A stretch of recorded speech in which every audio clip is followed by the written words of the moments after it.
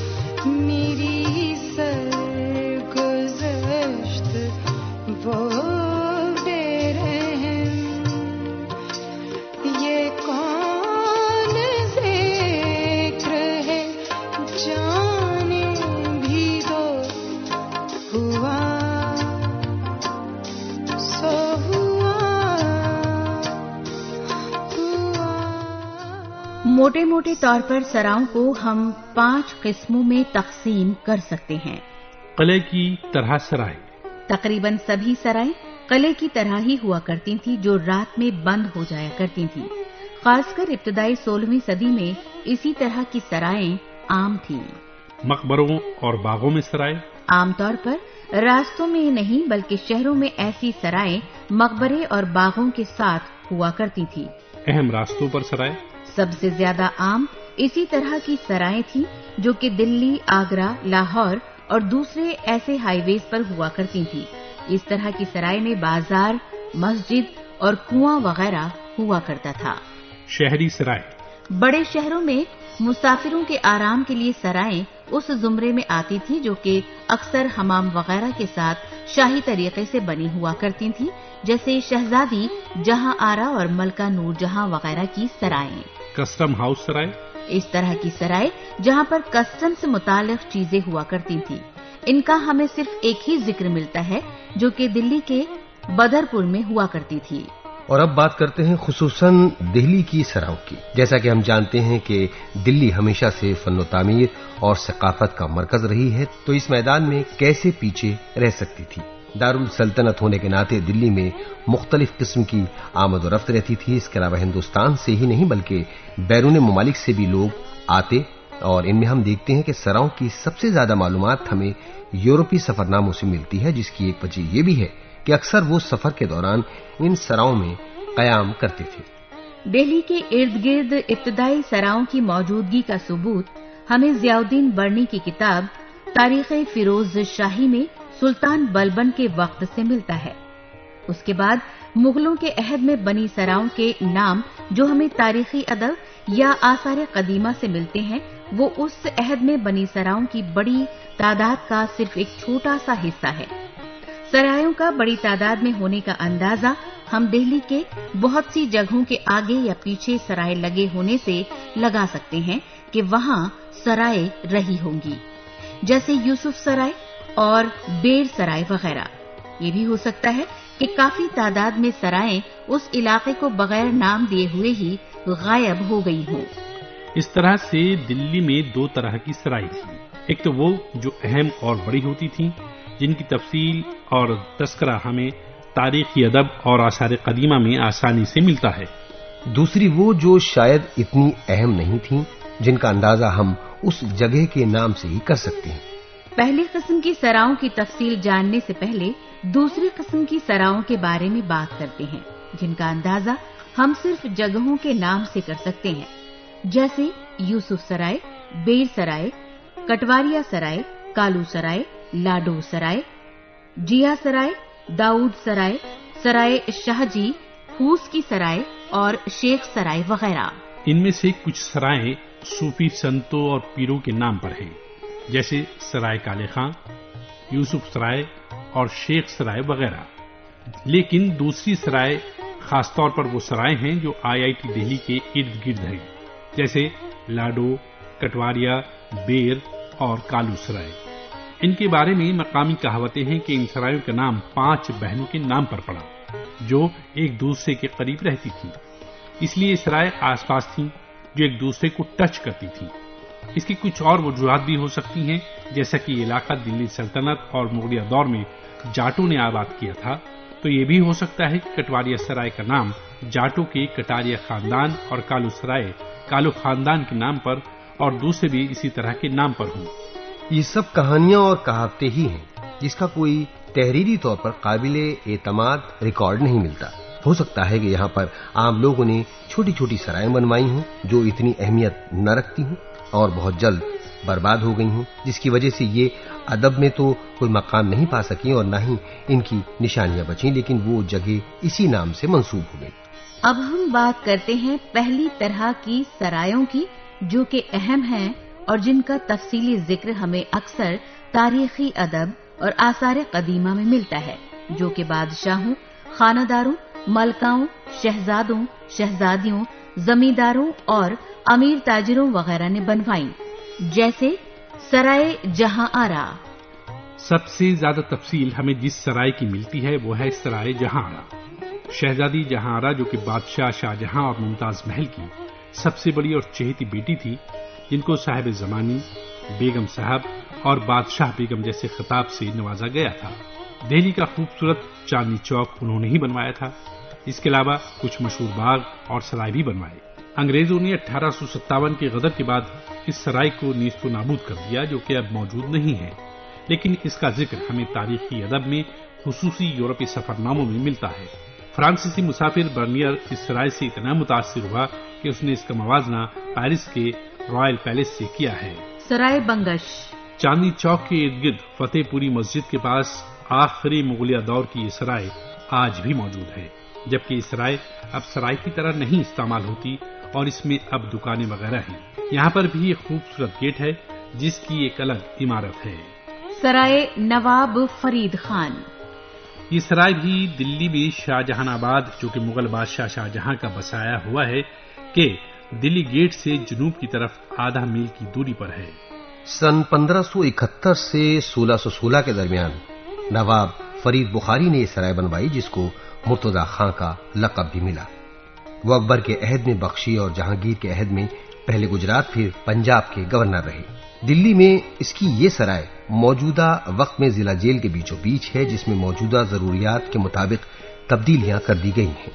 اس کے چاروں طرف دالان ہیں اور درمیانی حصے میں صحن۔ چاروں دیواروں میں بیچ میں دروازے ہیں۔ اب صرف پورب کی دیوار والا دروازہ کھلتا ہے۔ عظیم گنج کی سرائے، دلی کے پرانے قلعے سے جنوب کی طرف یہ سرائے مغلیہ دور کی ہے، جو کہ اب خراب حالت میں ہے۔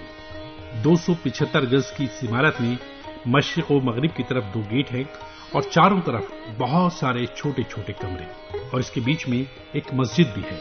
عرب کی سرائے، یہ سرائے ہمایوں کے مقبرے سے جنوب مغرب کی طرف 16 گز کی دوری پر ہے۔ 4 دیواری والی سرائے جو کہ بادشاہ اکبر کی والدہ اور ہمایوں کی بیوی حمیدہ بانو بیگم نے بنوائی تھی۔ یہ سرائے حمیدہ بانو کے سفر حج سے لوٹتے ہوئے مکے سے ساتھ آئے 300 عربوں کے لیے بنی تھی، جس سے اس کا نام عرب کی سرائے پڑا۔ اس کے پورب میں مہربانوں نے، جو کہ جہانگیر کے وقت میں خواجہ سرا تھیں، ایک بازار کا اضافہ کیا جو کہ اب اچھی حالت میں نہیں اور جس میں پورب کے دروازے سے جایا جاتا ہے۔ اس پورب والے گیٹ پر ایک تحریر ہے جس سے مہربانوں کے نام کا پتہ چلتا ہے۔ سرائے قطب کمپلیکس کے شمالی کونے پر ایک سرائے ملتی ہے جس کا کوئی نام نہیں، لیکن یہ بعد کے مغلوں کے وقت کی ہے اور بہتر حالت میں ہے۔ اس میں بھی 2 گیٹ ایک دوسرے کے آمنے سامنے ہیں۔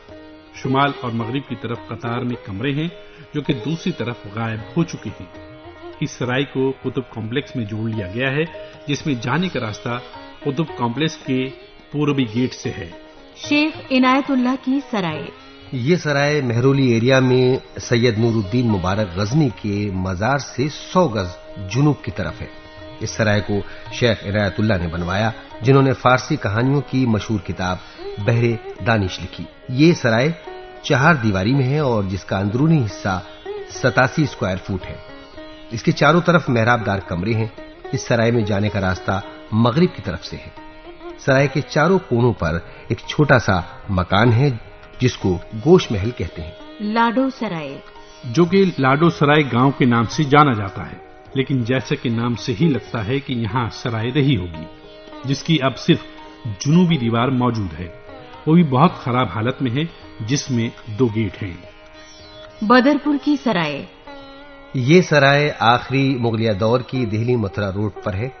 ایسا مانا جاتا ہے کہ سرائے کو روشن الدولہ نے بنوایا، جس نے سرائے کی مغرب والی دیوار کے بیچ میں ایک مسجد بنوائی جس میں لگی تختی ان کے نام کا ثبوت دیتی ہے۔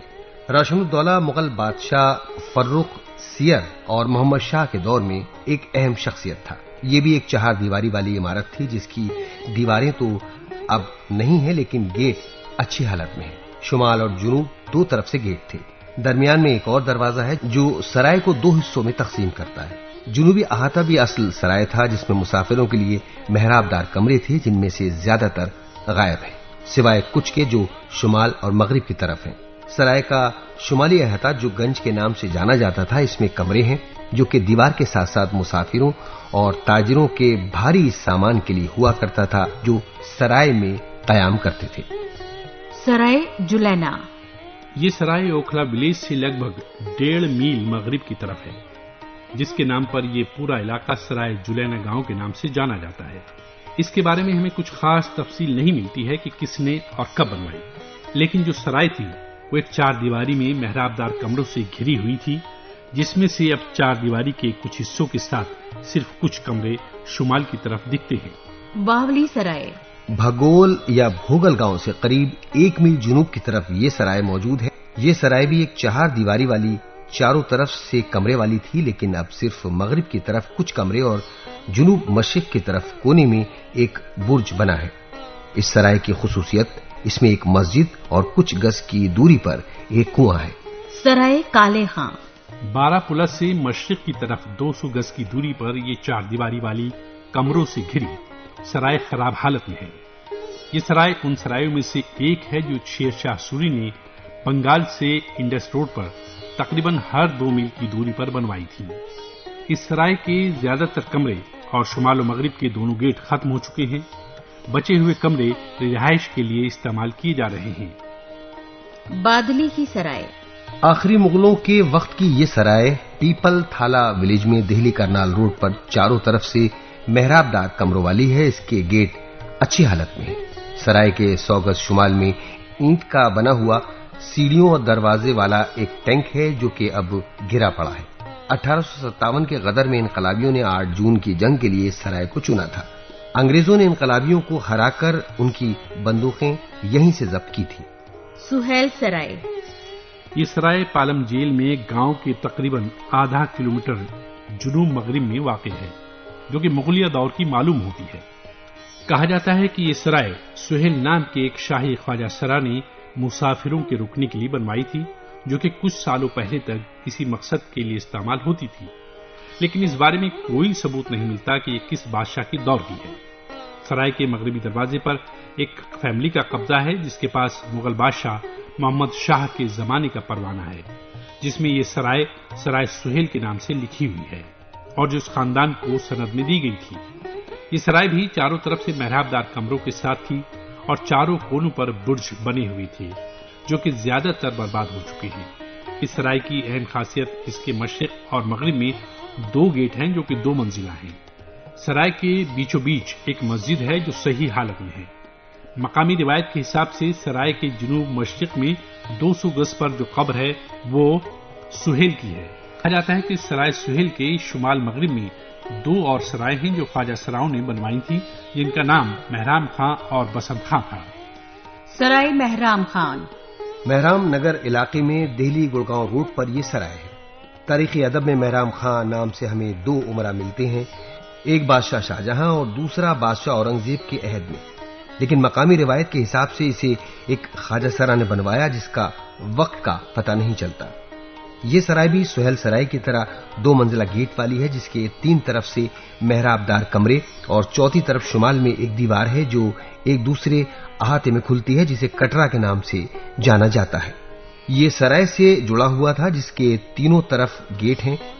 کٹرا کے شمال میں ایک باغیچہ بھی تھا۔ اس کے علاوہ مہرام سرائے کے بیچ میں ایک مسجد بھی ہے۔ بسنت سرائے، بناوٹ میں یہ سرائے بھی سہیل سرائے اور مہرام خاں کی سرائے کی طرح ہے جو کہ خستہ حالت میں ہے۔ روایت کے مطابق اس سرائے کو بھی بسنت نام کے خواجہ سرا نے بنوایا تھا۔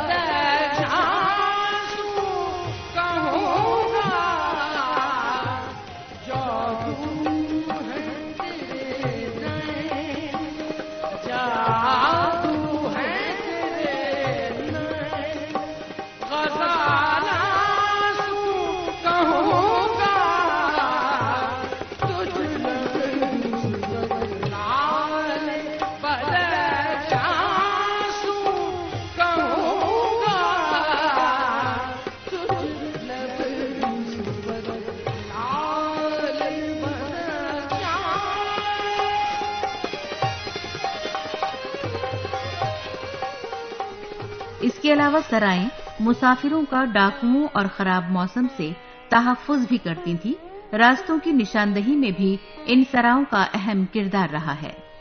بلا شبہ سرائیں ایک عوامی انسٹیٹیوشن رہی ہیں جس کا مقصد ہی سبھی مسافروں کو سفر کے دوران رہائش گاہ فراہم کرانا تھا۔ پھر بھی اس میں ٹھہرنے والوں کی قسمیں تھیں جن کو ہم 6 حصوں میں تقسیم کر سکتے ہیں۔ ان سراؤں میں قیام کرنے والوں میں بادشاہوں اور حکمرانوں کی سب سے اہم قسم ہوتی تھی جو کہ اہم راستوں کی بڑی سراؤں میں رکتے۔ بادشاہوں کی سوانح عمری میں بھی اس بات کا ذکر ملتا ہے کہ وہ اکثر ان سراؤں میں قیام کرتے تھے۔ ان لوگوں کی سراؤں کے الاٹمنٹ میں ترجیح دی جاتی۔ اس طرح سے جب شاہی لوگوں کا قیام ہوتا، عام لوگ مشکلوں کا سامنا کرتے۔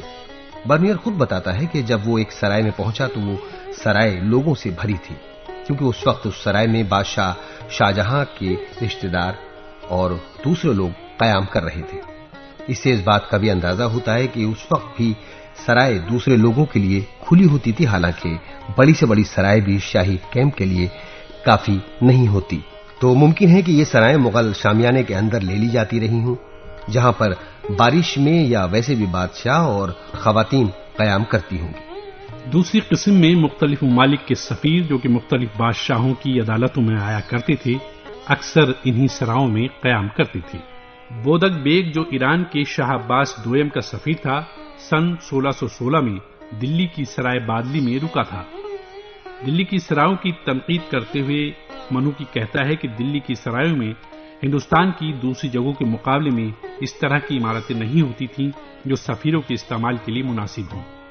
ایک ایمبیسڈر تبھی سرائے میں ٹھہرتا تھا جب وہ معاشی طور پر کمزور ہوتا تھا۔ تیسری قسم میں کافی لمبی تعداد ہوتی تھی جو ان لوگوں کی ہوتی تھی جو بادشاہوں اور عمرہ کے ملازم ہوا کرتے تھے، جو کہ سرکاری اور ذاتی دونوں کاموں کے لیے ٹھہرتے تھے۔ چوتھی قسم تاجروں اور سیاحوں کی ہوتی تھی۔ بہت سارے افغان اور فارسی تاجر ان سراؤں میں ٹھہرتے، یہاں تک کہ کچھ سرائیں ان لوگوں کے لیے ریزرو بھی ہوتی تھی۔ ملکہ نور جہاں نے پورے ہندوستان میں تاجروں اور سیاحوں کے لیے بہت سی سرائیں بنوائیں۔ برنیئر بتاتا ہے کہ دلی کی سرائے جہاں آرا ازبیک، فارسی اور دیگر غیر ملکی تاجروں کے لیے گڑھ بن گئی تھی، جہاں پر انہیں مکمل حفاظت ملتی۔ اس کے علاوہ یورپی سیاح بھی یہاں قیام کرتے، جیسا کہ ہم نے دیکھا کہ برنیئر اور منوکی وغیرہ نے ان سراؤں میں قیام کیا اور پھر شاندار تصویر کشی بھی کی۔ پانچواں طبقہ جو ان سرائیوں میں قیام کرتا تھا وہ تھا عام مسافروں کا۔ یہ بہت ہی یونیک کیٹیگری تھی جن میں صرف شہری علاقوں کی سراؤں میں اور صرف دن کے وقت ہی لوگ تفریح اور گپ شپ کے لیے آیا کرتے تھے۔ وہ آ کر سراؤں میں اور کھانے پینے کی دکانوں اور بازاروں میں بیٹھتے تھے۔ اس طرح کا ثبوت ہمیں میر نامہ سے ملتا ہے۔ اس کے علاوہ فوج یا سپاہی ان سراؤں میں تقریباً کبھی نہیں رکتے۔ وہ لوگ اکثر کھلے میدانوں میں سراؤں کے ارد گرد اپنا کیمپ لگاتے۔ اتنے بڑے پیمانے پر سراؤں کے ہونے کے ظاہری مقاصد کے علاوہ کچھ باطنی مقاصد بھی تھے، جن میں سے ایک بہت اہم مقصد ہندوستان جیسے بڑے جغرافیائی علاقے میں سیاسی اور معاشی طاقت کو دکھانا تھا۔ اب سوال یہ اٹھتا ہے کہ ان سراؤں کا ہوا کیا؟ اس سوال کا جواب سراؤں کی لوکیشن پر بھی ڈیپینڈ کرتا ہے۔ جیسا کہ جو سرائے اہم راستوں پر تھیں وہ زیادہ دن تک جاری رہیں اور کچھ تجارت کے راستے وغیرہ بدل جانے سے جلد ختم ہو گئیں۔ آخر میں زیادہ تر سرائے یا تو غائب ہو گئیں یا کھنڈر ہو گئیں، یا انگریزوں نے تباہ کر دیا یا دوسرے کاموں میں استعمال کر لی گئیں، اور یا لوگوں نے ذاتی طور پر قبضہ کر لیا۔ لگتا نہیں ہے دل میرا اجڑے دیار میں، کس کی بنی ہے آل میں نہ پائیدار میں، کہہ دو ان حسرتوں سے کہیں اور جا بسے، اتنی جگہ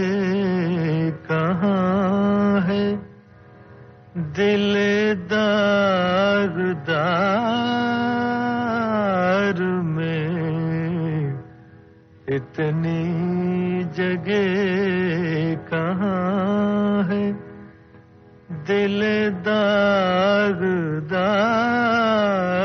میں، عمر دراز مانگ کے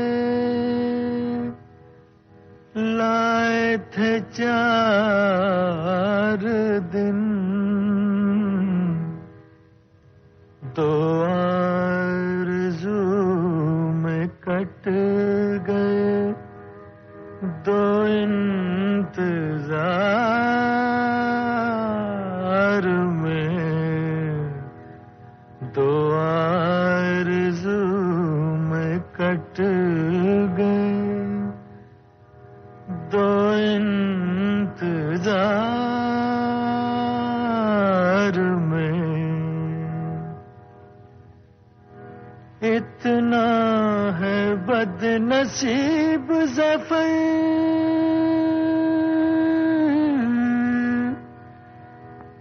دفن کے لیے،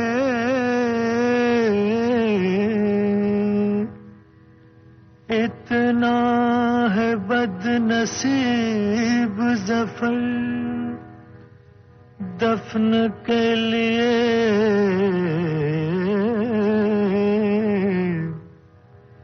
2 گز زمین بھی نہ ملی کوئی یار میں، 2 گز زمین بھی نہ ملی کوئی یار میں، لگتا نہیں ہے دل میرا اجڑے دیار